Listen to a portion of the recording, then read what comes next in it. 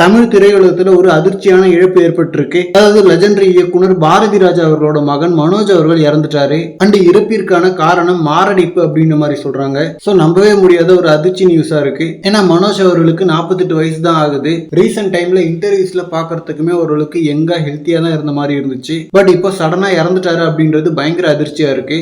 ஆரம்பத்துல ஹீரோவா அறிமுகமான மனோஜ் அவர்கள் ரீசெண்ட் டைம்ல டைரக்ஷன் தான் ட்ரை பண்ணிட்டு இருந்தாரு. ரீசெண்டா இவரோட எங்கே அந்த வெண்ணிலா அப்படின்ற சாங் கூட பயங்கர வைரல் ஆச்சு. அண்ட் மாநாடு வெறுமன்ல ஆக்டிங்லயும் கம்பேக் கொடுத்திருந்தாரு. சோ இவரோட இந்த திடீர் இழப்பு மிகவும் அதிர்ச்சியா இருக்கு. அண்ட் இயக்குனர் பாரதி ராஜா அவர்கள் இதை எப்படி தாங்க போறாருன்னு தெரியல. ஏன்னா மகனை இழக்கிறதெல்லாம் கொடுமை. சோ அவருக்கு இதை தாங்கக்கூடிய வலிமையை கடவுள் கொடுக்கணும்னு சொல்லிட்டு வேண்டிக்கலாம். மனோஜ் அவர்கள் நடிச்ச படங்கள்ல தாஜ்மஹால், சமுத்திரம், வருஷம் எல்லாம் வசந்தம்னு இந்த படங்கள்லாம் ரொம்ப குறிப்பிடத்தக்க படங்கள். இவருக்கு இயக்குனர் ஆகணும் அப்படின்றதுல ஆர்வம் அதிகமா இருந்ததால ஆக்டிங்ல விடாம தொடர்ந்து அவர் ஹார்ட் ஒர்க் பண்ணல. அண்ட் இவரை இழந்து வாடும் குடும்பத்தினருக்கு ஆழ்ந்த அனுதாபங்கள். இவரோட ஆன்மா சாந்தி அடையணும்னு சொல்லிட்டு வேண்டிக்கலாம்.